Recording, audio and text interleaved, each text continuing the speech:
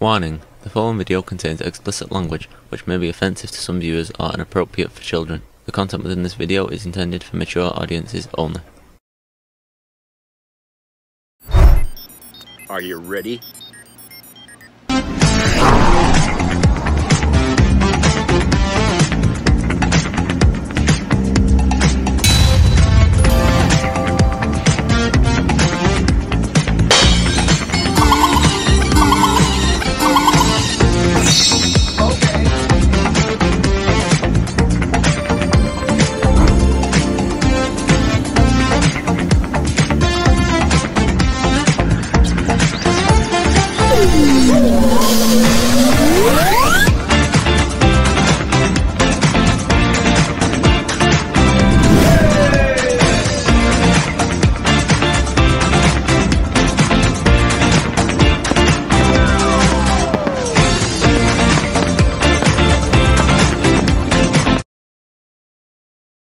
New CBS News polling shows Vice President Harris pulling ahead of former President Donald Trump among likely voters.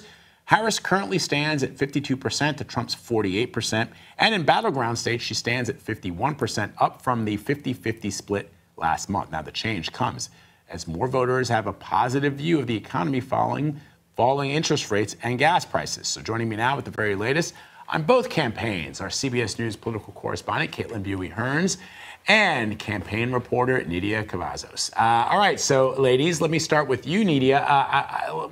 The campaign that Vice President Kamala Harris is running. Last night, the vice president raised $27 million at a New York campaign event. It's her biggest total to date, and I believe the number is one of the biggest in New York history. Why is that so important, so close to the election? How do we expect that she's going to deploy all this money that she's raised since she jumped into the race? Good morning, Vlad. This was definitely historical for Vice President Harris, and it was $27 million raised from a single event. This was her fundraiser in New York, but we were there in the room when Harris was delivering her message to donors and to supporters, and we were able to witness that as Harris was delivering her remarks, her lines, and running through her policies and her pitch overall to donors. There was a lot of enthusiasm. So what this shows essentially translates into money, $27 million, but it shows that donors and voters continue to stand behind Harris and that her message is landing well. And in fact, this is what Harris told us after the fundraiser when we asked her for a response for what do you feel or what do you think about these $27 million? And she said that this to her shows that her message is landing to voters and that it shows that they also want to change. And now we're going to continue to see, that this money is being put to use as she continues to campaign across battleground states. And it is what we're going to be seeing this week. She'll be campaigning in Pennsylvania. She'll also be in Arizona and Nevada at the end of this week.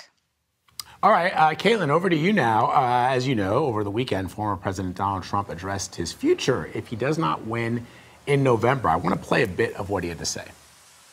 If you're not successful this time, do you see yourself running again in 4 years? No, I don't. No, I don't. I think that will be it. I don't see that at all. I think hopefully we're going to be successful.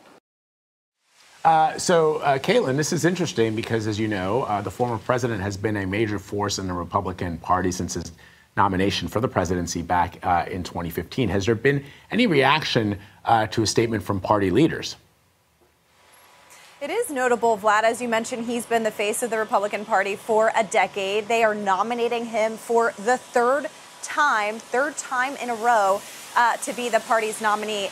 He, of course, could always change his mind. But what was significant about that exchange to me, Vlad, was that Trump never entertains the possibility of losing this election. And he kind of took the premise of the question there.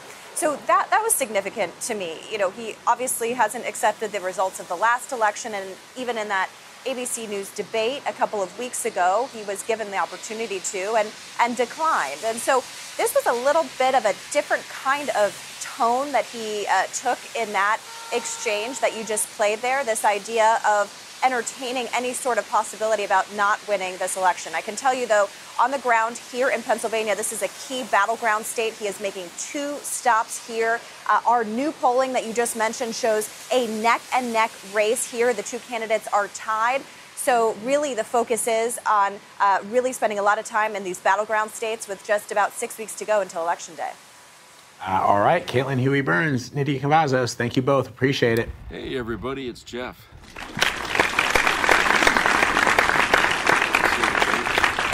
Hope everybody's doing good. It was cloudy here today, but it didn't rain, and the temperature was like 68, so it was cool, but you know, there wasn't a whole lot of wind and everything, and really, I don't, you know, it was a nice day considering, you know. So I mean, it was really a pleasant day here in Maine.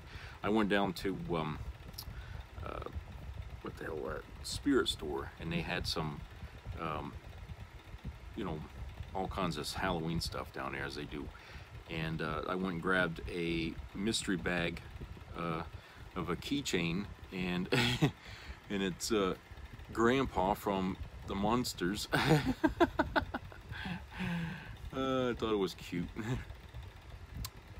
I like these little things. I got a ton of them. I mean, Christ, you'd think I'd have like, you think I was a prison guard with all, you know, you know, Christ, did all the keys. But no, I like them. I collect them. I got, you know, I got like He-Man stuff, and I got superheroes, and they're pretty cool. The only thing I don't like, though, is you never know what you're getting. But since this was the first mystery bag one for, you know, out of the collection there, I wasn't going to get a duplicate. But if I go back and buy another one, I have a higher chance of grabbing a duplicate. So a lot of times what I do is I just go on eBay and I type in, you know, whatever mystery bag collection there is, and I'll just grab the ones I don't have on there. And, you know, you don't pay that much more on eBay for them. I got this one today, too. It goes to Trick or Treat. It's a Halloween movie, and not Halloween like Michael Myers. It's a Halloween season movie, you know. It's called, in the movie's called Trick or Treat, and apparently this one is considered a rare one or something like that. But I don't know. I got it. It wasn't the one I was hoping to get, but I got this one, and and because, you know, it's rare, I think, you know, I'll hang on to it or something, or maybe try to sell it on eBay, because if it's rare, then, you know, I probably can get a little bit extra money for it, you know, who knows. But I did see the movie Trick or Treat once, and it's been a while, so I can't remember what character he's supposed to be in it. But anyway, so I got that. So, Trump says that if he loses in November, he's not going to run again. Okay, there's two ways we can take that, what he just said there, okay? One way you can take it is that he's saying that to panic MAGA, so they'll go out and hurry up and vote, because it's like, you know, if you don't vote for him now and he loses, you'll never get a chance to do it again. So if you really want him as president, you got to get out there and vote. So it's sort of like an incentive to panic MAGA, so they'll go out and vote for him, okay? So in other words, he's lying. The other way you can take that, what he said, is maybe his health isn't so good, you know, and because he's starting to feel his age more now, if he loses, he ain't going to have it in him to try for it again. Okay, which means if he does win and he's already feeling weak now, how is he going to be after just 4 years? I mean, this goes back to another video I just recorded recently about that very item, that, you know, he may not be well enough to finish his 4 years if he gets president again. He may deteriorate so bad in just 4 more years that, you know, by the time it's done, I mean, a second term with him would be impossible. You know, so like I said, there's a lot there to consider when he says if he loses in November, he ain't gonna run again. Okay, which, you know, I guess some people would say, oh, he's just lying outright, because he won't stop. If as long as he draws breath, he'll try to keep running. Well, maybe true, but, you know, that's up to MAGA. You know, if MAGA is convinced he's not well enough, you know, they'll turn on him and they'll pick somebody else. But the thing is, you know, at the same time, if he loses, he'll be facing a lot of court battles. And if that doesn't kill him off before, you know, I don't know what the hell will, okay? Because I think all this past couple of years has been very draining on him, physically, mentally, fighting in one court and back into another one. I mean, I think, you know, it's been very depleting on him. And like I said, now he's saying shit like that now. I ain't gonna run again if I lose this time. Well, like I said, there's only two ways you can take that. So like I said, I feel like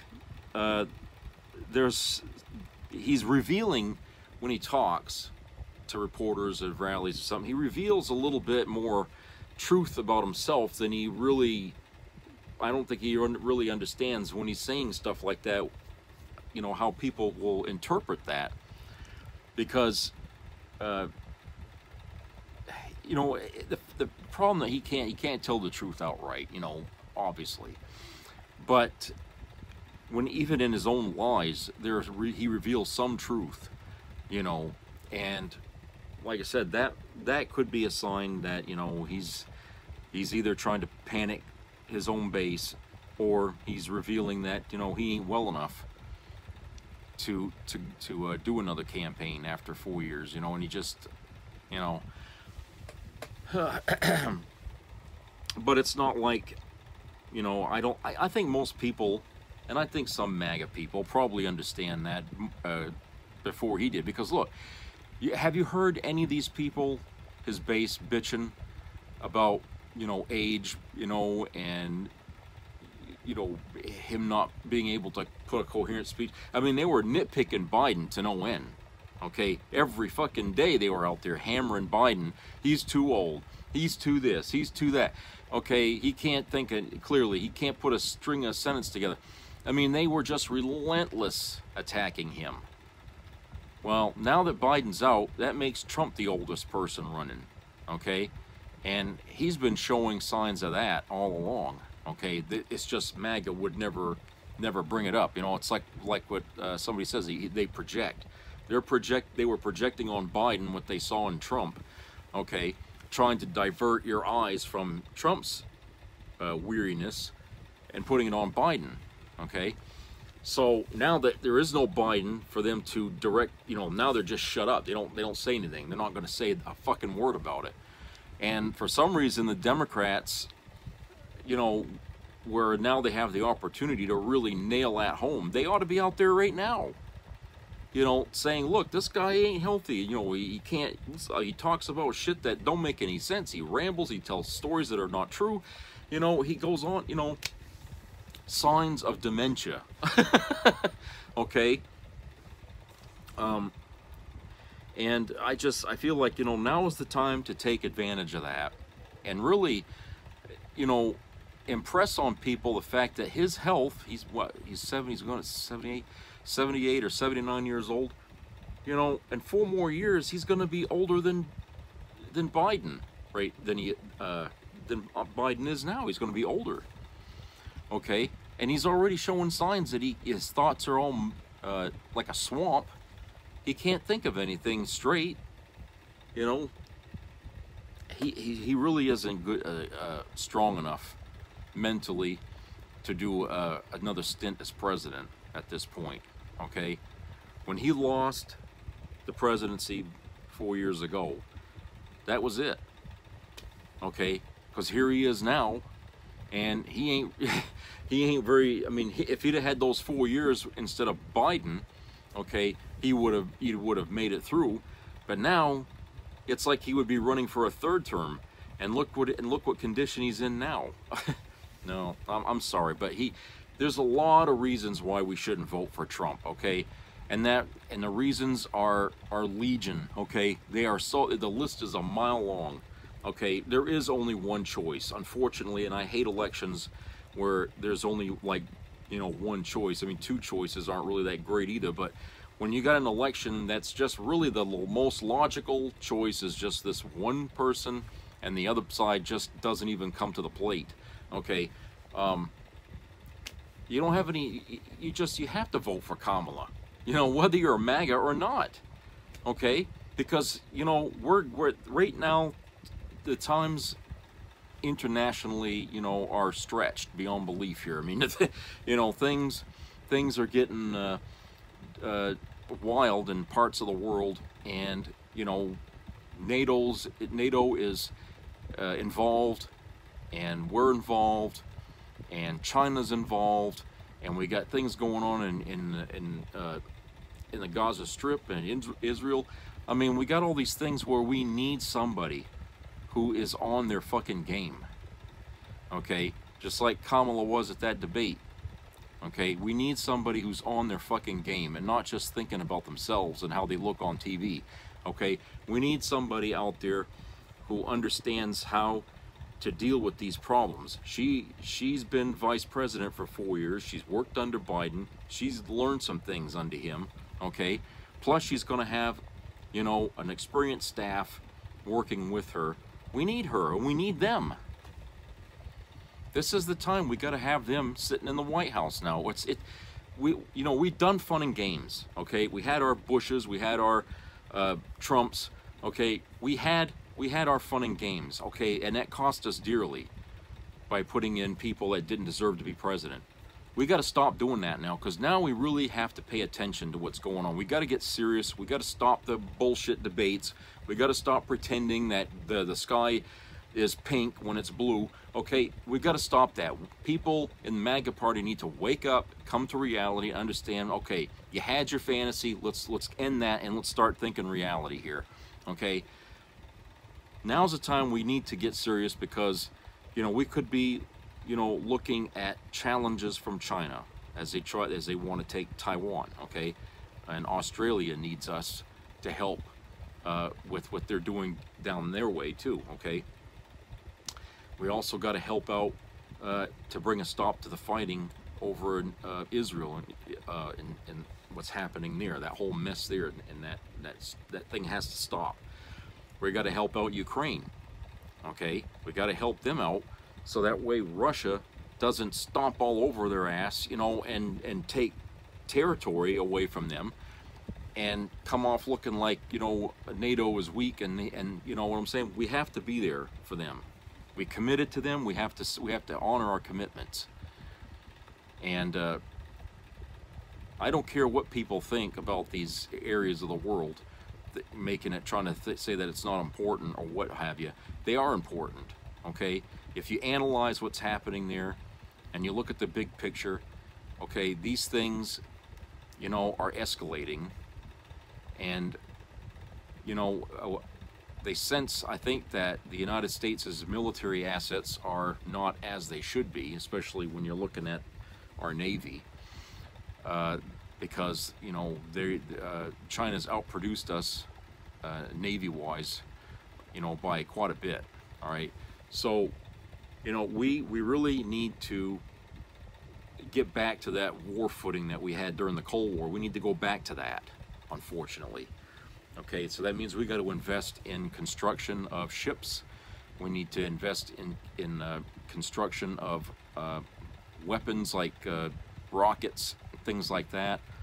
Not only for just ourselves, but for the countries that we defend, and the countries that need us to help defend. Okay, because like it or not, NATO has kind of put us on the level of being the policeman of the world. Okay, and it's only because of the Reagan years where we wanted that role, apparently. Okay, and Reagan, you know, invested heavily in nuclear weapons and stuff like that during the Cold War.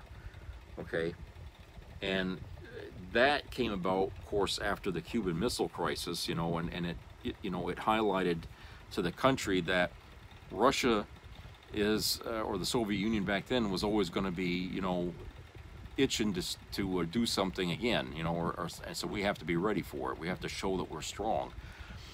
Okay, well, when the Cold War ended, I think the whole military establishment thought there was no point in having a military, but they weren't thinking, we also got China,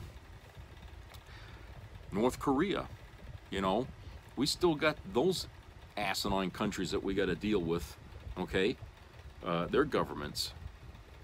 And so, you know, And you know, these nations, these dictatorial nations, you know, they're all kind of connected. They're aligned with, you know, in one way or another. Maybe they don't totally like each other, but they all share a common enemy, and that's the United States. And so, you know, they would be happy to help one another to bring us down in whatever way they can. You know, if not militarily, then by some other means. You know, I mean, they've been interfering with our elections, so that's one way they've been doing it. So, you know what I'm saying? They're actively actively attacking us in other ways other than using weapons.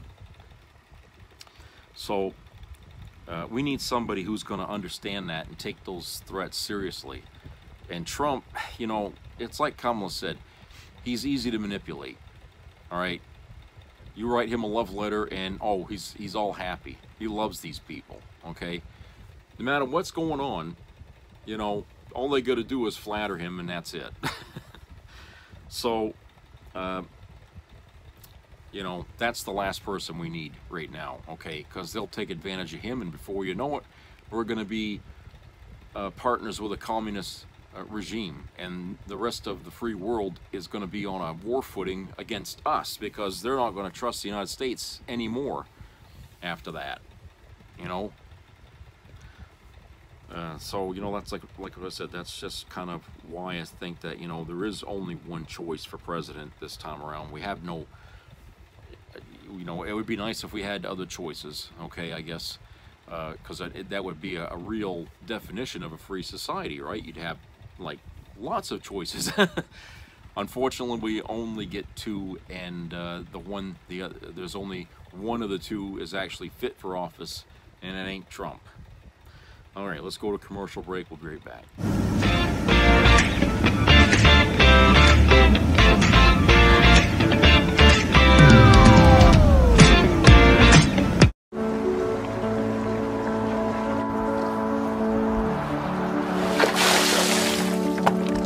This is me. This is me.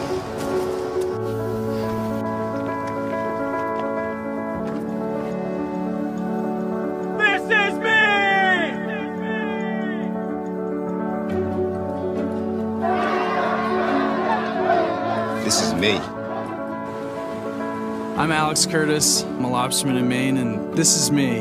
I'm Ruth McLaughlin, and this is me. I'm Eric Hopkins, I'm an artist, and this is me. This is me. Me. This is me. This is me. This is me. At the end of the journey, the main thing is you. Original.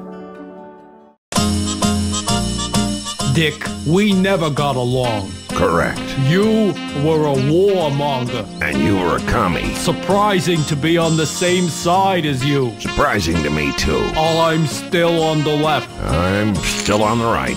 But if we can agree on Trump... It means something big. Bigger than policy. Bigger than ideology. We are both voting for Kamala Harris. Because this election is a choice between America... or Trump.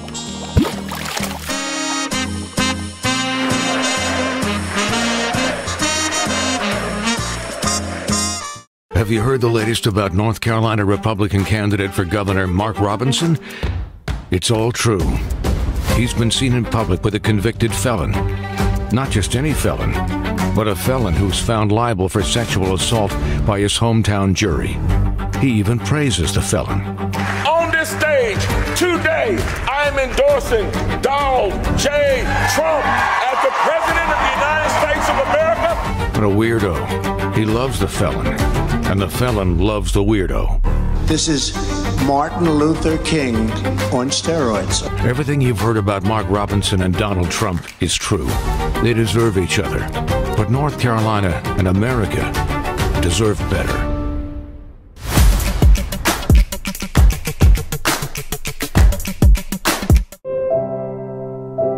Vice President Harris was clearly well prepared, practiced on the offensive much of the night. Former President Trump did take a lot of the bait that she threw out. She did so well, and Trump did so poorly that they want to do that all over again. I can't get behind somebody who maybe I agree with certain policies on, but their character is atrocious and lacks complete leadership. She conveyed the calm. She conveyed a preparation. Vice President Harris clearly won the debate in terms of her delivery, her polish, and her preparation. The moment of the debate, if there was one, I think, was when she baited him on the rallies. People saw, oh, actually, she's an intelligent, capable person who has a point of view on issues, and she demonstrated that time and again.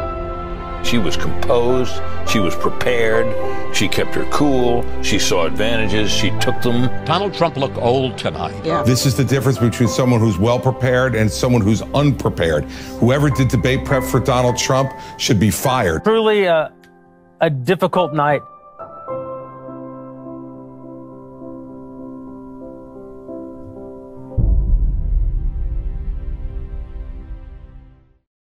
Welcome to the Trump 2024 convention, brought to you by Project 2025. This week in the horrible city of Milwaukee, Wisconsin, you'll see the best of the Trump Project 2025 party. It's a bold vision for a bright future.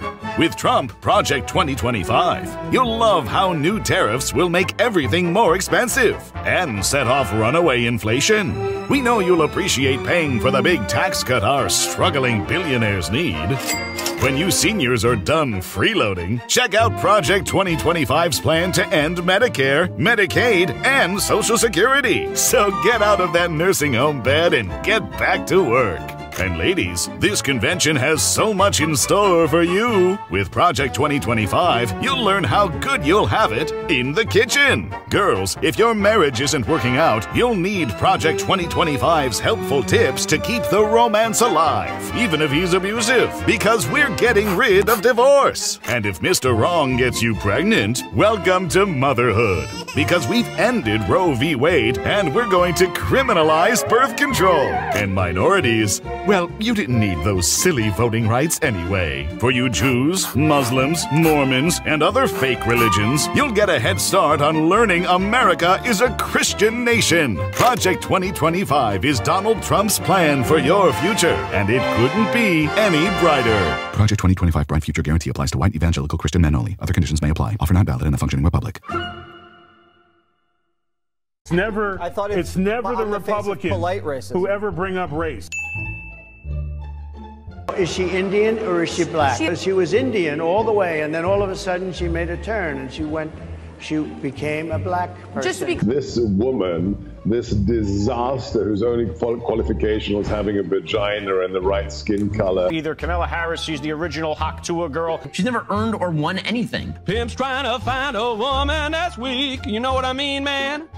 Jive turkey? That's not how I remember Kamala Harris speaking. That sounded a little bit more, I don't know, a little bit more jive to me. Kamala Harris is a JV player. She is a DEI pick. She was a DEI hire. The DEI vice president. She would be the queen of DEI if she were elected. Affirmative action. You're selected because the melanin in the content of your skin. Is it possible that she's getting whiter? Whiter? Yeah.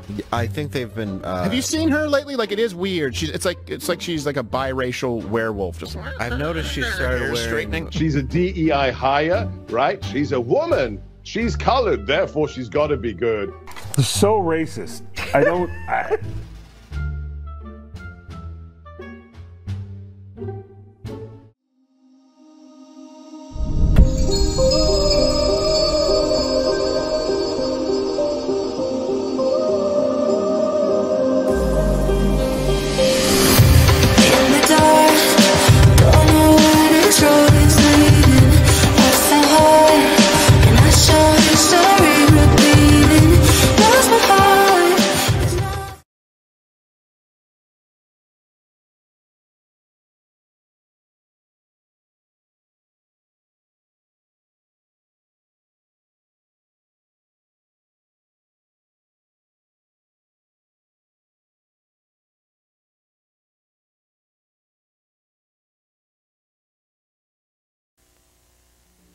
Be a part of the entertainment value of a lifetime.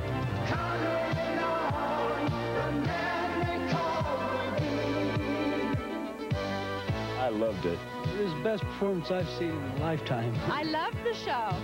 I liked it very much. He's a very entertaining man. It's well worth the money. Now appearing in Charlottetown, coming to Halifax November 6th to the 18th, and St. John November 20th through the 26th.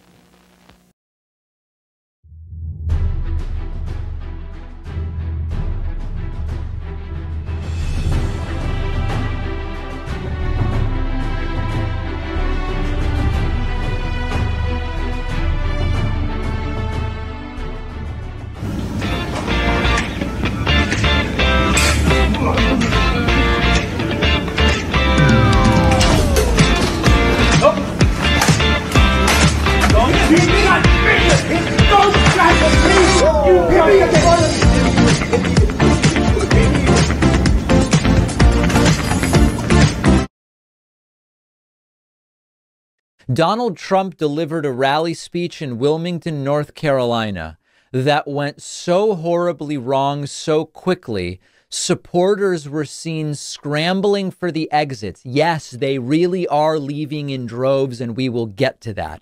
Now, let me frame the context of this rally. The fact that Trump has to defend North Carolina at all this election is not a good sign for him. Not a good sign at all.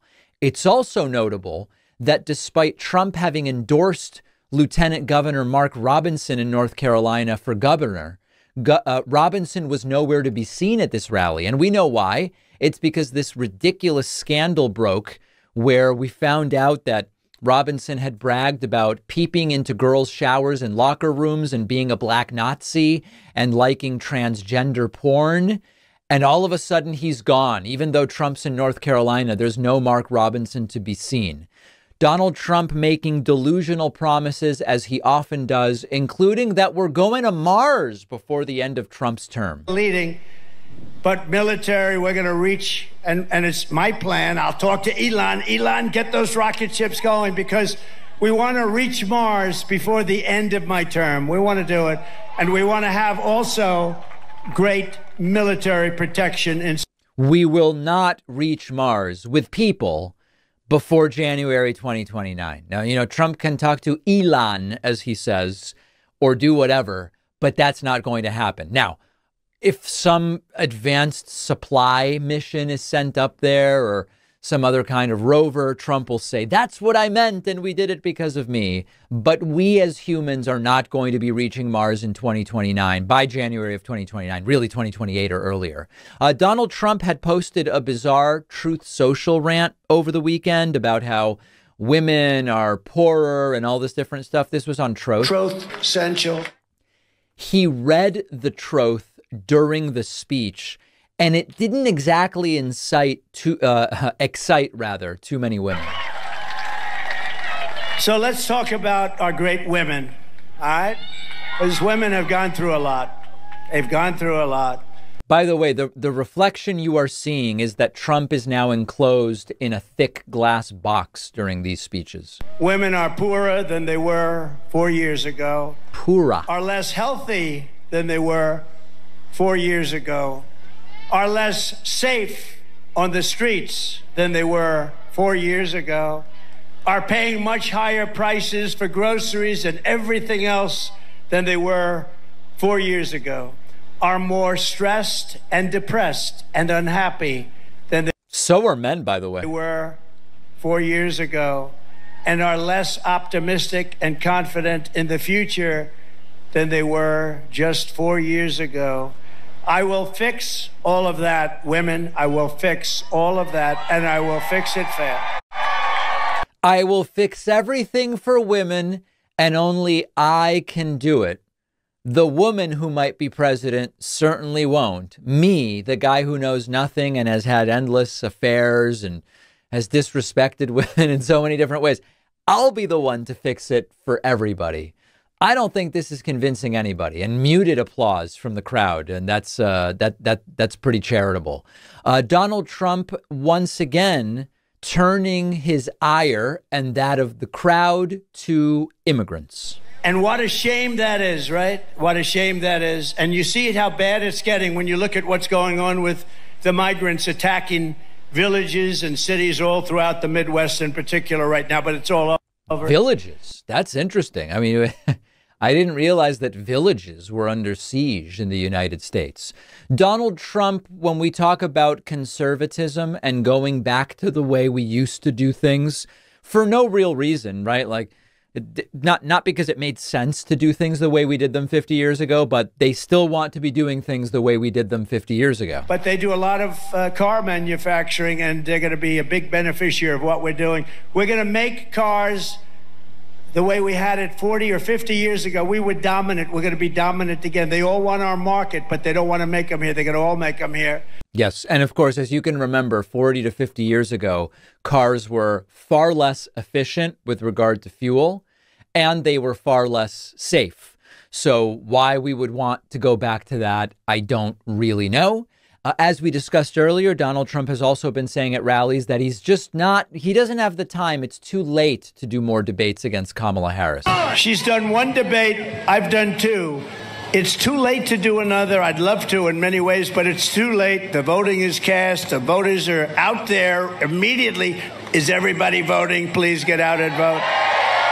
Imagine cheering for your candidate not debating, not explaining his ideas, not attempting to use language to communicate how he understands political issues, cheering for not seeing your candidate show that he is a good candidate.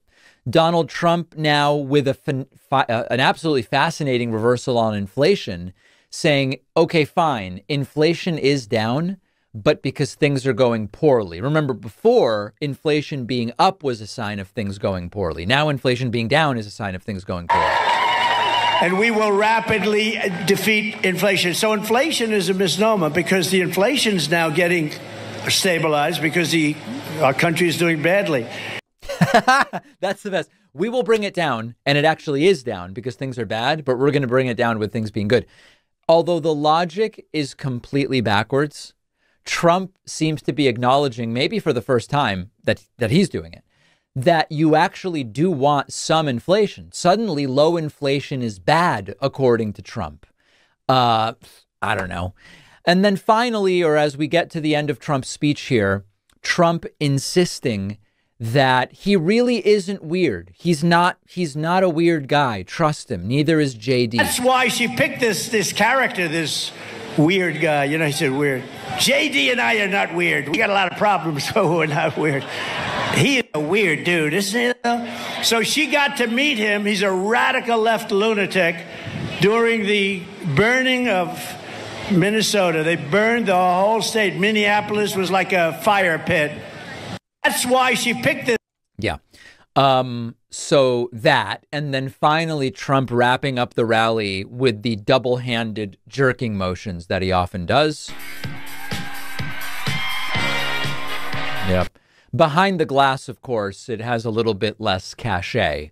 So listen, take your pick. You saw the vision of Tim Walz, and you saw, I guess, the vision, but more the lack of vision and the focus on bizarre lies and apocalyptic visions of Donald Trump. This is what is at stake in November, and I can't wrap up this entire segment without mentioning the fact that Trump voters were indeed leaving in droves during the rally. Okay, welcome back.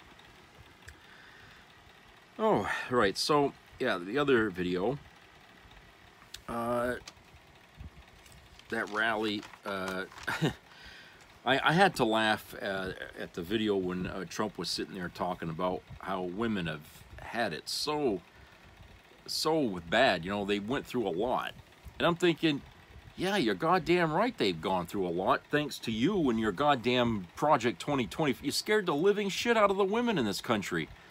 You know, you're coming out. And by the way, you know, putting aside the fact that he appointed judges in the Supreme Court to help overturn Roe v. Wade, that wasn't helping. Okay. Now he wants, you know, he wants to make a national ban on it. Okay. And here's the weird part of it is, you know, he was saying how they needed to bring this issue back to the states to let the states decide on their own whether to ban it or not. But Trump's, on the other hand, is out there saying he wants to invoke a national ban. In other words, he doesn't want any state in the United States to allow abortion. Okay, so he's sort of increased his footing there on that, you know, by being a little more draconian about it. But then he goes and he says they're unhappy, they're depressed, they're not healthy, they're less optimistic and confident about the future. And it's like, well, you're goddamn right, you know. And he's blaming the Democrats for that. Who the Democrats didn't overturn Roe v. Wade. They're not the ones out there talking about monitoring women's periods and, you know, and invading their privacy so that way they can keep track of, you know, women trying to get abortion. You don't hear Democrats talking about that. Only the Republicans are talking about that. And the more they talk about it, the more scared, the more unhappy, and less optimistic women become in this country. It's that simple, okay? How Trump is trying to twist this around and lay it on the Democrats' doorstep is just true to form. That's what he does, okay? Everything that he's done wrong, oh, it's their fault. Okay, anytime MAGA, every time, Trump talks about the problems in this country, oh, it's Democrats' fault, okay? Even though, evidence has shown that Biden's made a lot of improvements in this country while he was president, okay? He could have done a whole lot more if it wasn't for, Congress, the Republican congressmen, stonewalling and not voting and not supporting anything that Biden was trying to do. Okay, which pissed off some other Republicans, by the way, especially when it came to the border bill, and they would have loved to have seen that passed. But Trump didn't want them to pass it because he needed that issue to run on. But you know something? He ain't been talking a whole lot about that border at all, has he? Okay, because for one thing, everybody knows who's really at fault, and I don't think he wants to keep bringing that up. He hasn't really used that issue at all. So he really cut his own throat back then when he told Congress not to pass that bill, because that went public right off the bat, and the Democrats made sure that every American knew why it wasn't passing. Okay, so that worked against him. He should have never told them personally not to vote for that bill, because now he can't even bring that up really as a talking point. Okay, J.D. Vance will go out there and talk about it, but at the same time, he's running with the guy that, actively stopped the passage of that border bill, which had all kinds of shit in it the Republicans wanted. Okay, so like I said, he actually took that issue right off the table. And so the Democrats have really had that one to their advantage. And as far as the economy goes, I still don't understand why the media thinks Trump has the goods on the economy, because when he left the White House, the economy was nosediving. Okay, partly because of COVID. Okay, I grant that, but again, COVID being such a thing, and him not trying to do anything to help America with it, didn't help him on that either. So again, that's things that he didn't finish or try to do at all while he was president. And then of course he talked about the fucking wall, and he never really built that. He got it started, and they got 50 miles of it up, but it's all falling apart, and it's no good anymore. Okay, and so that's a thing that he didn't do. And then of course infrastructure weak. Okay, another thing that he said he was going to do and didn't do. Okay, so it's like he's campaigning on those 4 years like they were golden years in this country, and he keeps comparing his presidency to Biden's as if it was so much better under him. Well, I was born, but I wasn't born yesterday. Okay, I lived through those fucking 4 years, as many of you have too. Okay, and I remember what it was like in those 4 years, and it was constant bullshit with him while he was president. Okay, and people when he was running, right, for a second term, and people said, who are you voting for? And I said, Biden. And they looked at me like, why? Who are you voting? I say, because Trump is always in the fucking news all the damn time. You know, he's a showboater. And the most of the time when he's in the news, it's not to talk about anything he's accomplished. It's just him, you know, doing something stupid. I said, he takes up too much attention. And Americans, you know, it might be fun for a while, but after a while, they get tired of that, you know. And he was the new thing in 2016. After that 4 years, you know, and all the failures as president, he wasn't such a shining star anymore, okay? And he still ain't. Because in the 4 years while Biden was president, you know, we were finding out all kinds of stuff about him that wasn't so nice. And that really chipped away at his supporters to the point now where the only people that are really going to vote for him is just going to be MAGA. You know, that little fraction of the Republican Party that exists, okay? Which, you know, I really don't consider MAGA to be Republican Party. I mean, I think the Republicans themselves that are not aligned with Trump ought to just say, okay, you're not even part of our group anymore. Okay, you can be your own fucking thing if that's what you want, but you're not us. Anyone that supports Trump ain't Republican. I don't know, we'll just call them MAGA. But they're that little sliver off of the Republican Party that'll vote for him, okay? Because hundreds of people have come out and endorsed Kamala, and many of them Republicans. And it's just, you know, what more do you need to hear from the establishment in this country that this guy is not your guy? Okay, you know, if you're going to listen to people, when you got 10,000 people telling you this guy is not fit for office, and you only got like 500 people that said he is, who are you going to listen to? You're going to listen to the 10,000 people that says keep him out of office, or you're going to listen to the small group of 500 in the corner over there in the peanut gallery? I mean, come on, think about it. Use some logic there. You know, a lot of people that I don't like that are endorsing Kamala, like Dick Cheney, okay? I mean, if a guy like that will turn on Trump, because I don't think Cheney looks at him as a Republican either. I think that's you know, how Cheney justifies turning against him is because he doesn't see Trump as a Republican. He ain't. That's why a lot of the Republicans that have come out against Trump have said the same thing, that he does not represent the party of Lincoln or whatever. It's not him.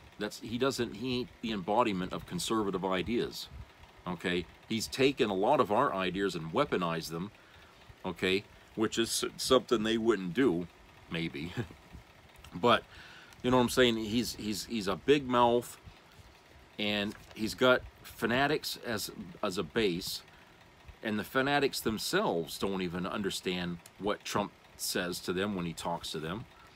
And you got these same fanatics showing up to his rallies and just sitting there listening to the hysteria and the madness of Trump being fed to them, just like all those people did in 1938 Germany there when he was listening to Adolf Hitler. They're just sitting there soaking it up. Okay? But if you ask them anything specific about what that individual plans to do, or, you know, what's he going to do for you, they're very vague about the answer, because they really can't tell you. They really don't know what Trump's going to do for them. They're just by faith alone, they're going to support him. Well, faith works well in a religion, but, you know, when it comes to politics, you deserve better than that, okay? You need to have some goddamn answers, because it's on your lap to choose who the fucking leader is going to be. And don't you want to feel good when you mark that name on the ballot, that you know what that person's going to do for you, rather than mark the person who you hope will do what you want, okay? I'd rather go in there knowing for sure. You know, it's like buying a car, right? You want to buy a car that's going to last, that's going to treat you well. Are you going to buy a car on faith that it's going to work all the time, or are you going to buy a car after you've researched it and figured out, you know, yeah, okay, which way are you going to go? What kind of a car buyer are you? Are you one that goes for just the looks and you don't care what's under the hood? Or are you going to kick the tires, look under the hood, read about it before you go and spend your money? That's kind of another way of looking at this election here. Is you got Kamala, who's opened her hood. Okay, we've kicked her tires. Okay, she's told us what she's going to do, what she plans on doing, and she's made some promises. Okay, on the other hand, on the other side, you got Trump, who's kept the hood closed. Doesn't really sound good when it starts. Okay, and he won't tell you anything about how it works. Okay, he won't tell you, you know, if it's got gauges in there or a digital thing. You know what I'm saying? You're taking a chance. You don't know what's in there. He won't let you look. He won't let you look in the car. You know? And yet, all these MAGA supporters are out there saying, let's go get that car. Not knowing that it's probably going to cost them a huge bundle in the end if they get the wrong car. You know? And it's really a sad fucking way of trying to comprehend this for people out there that, you know, need to have this kind of laid out this way in order for that to trigger something in their head to, you know, shake them a little bit. Okay, and I think all Democrats have been trying to do that through this whole year, because we're trying to understand, you know, how it is that people can be so duped by Trump. Okay, he ain't what they think he is. He just ain't. You know, and whatever evidence they think they have, which they can never seem to put forth, you know, when I'm talking evidence, I don't mean circumstantial evidence, you know. I'm talking about fucking evidence, physical evidence, you know, proof that can't be denied. They haven't brought anything like that up to this thing. On the other hand, the Democrats have. You know, we got government agencies out there giving people information about how the economy's doing, okay? And coming from the media, it isn't always going to be tilted towards the Democrats, but they still have to admit that these numbers are there, right? So even from, I'm going to say middle of the road standpoint, but kind of leaning towards the conservative side, even from that kind of a media, they are saying that things are moving along, okay? They're also predicting, you know, things need to be prepared because times might change depending on the global economy situation. So, you know, they're giving you a little warning, but they're also telling you in current time, real time, you know, things are doing okay. Okay, they could have been worse because they predicted a lot worse for this period when they predicted this 4 years ago. They were looking at, you know, a huge not a depression but a recession by this time. But Biden managed to stop that, okay? Could things be better? Yes, they can. You know, things can always go better because people always have needs and there's always things going on. So, yes, things can get better, and I would trust Kamala to make sure those things do get better more than, say, Dingbat on the other side who's only in it for himself, okay? There could be a million people on their knees begging in front of the White House for food, and he'll just come down the escalator and throw them accolades and, you know, give them false hope instead of actually taking care of the problem. That, you're not going to get that from Kamala, okay? For every success she's ever made in her life, she had to bust her ass for it, okay? And it's going to be the same thing as president. She knows there's going to be work ahead of her, all right? But she's running, which means she feels that she can do it. And she's doing it because she knows that the country needs it. And she cares about the country a whole lot more than Trump does. Okay? Trump, you know, he's a guy that, you know, he's in this so he can stay out of prison, essentially. It ain't because he loves America. We already know he doesn't, because he's always shitting on it every chance he gets. So he doesn't love this country. So do you want somebody who's not going to work for America? Or do you want somebody who is committed to work for America? Because she's been doing it for 4 years already, you know, under Biden. Okay, and the two of them together, you've made quite a success of it. A lot better than Trump did while he was president for 4 years. You know. So yeah, I mean, it's the choice here is clear. Who should be president? And there should not be any undecided voters at this point. The only people left are those who are gonna vote and those who won't. And that's where we are now going into this thing. They're not going to be counting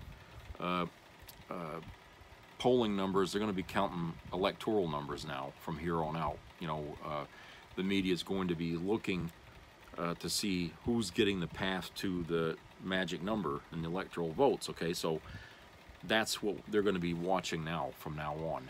So you know, the days of polling and all that for the average voter, that's done and over with. So there shouldn't be any reason why anybody's undecided now at this point. All right, so that's it for today. Hope everybody has a great rest of the work week. So subscribe, share, and comment, and keep your ears open for any health-related matters. And treat each other kind out there. And we are coming to the finish line here. November. We got, what, 4.5 weeks, I guess. And we'll be voting, so hooray to that, and I hope we get that out of the way soon, because I'm sick of hearing about Trump and all this shit. All right, so I'll talk to you guys later. Take care.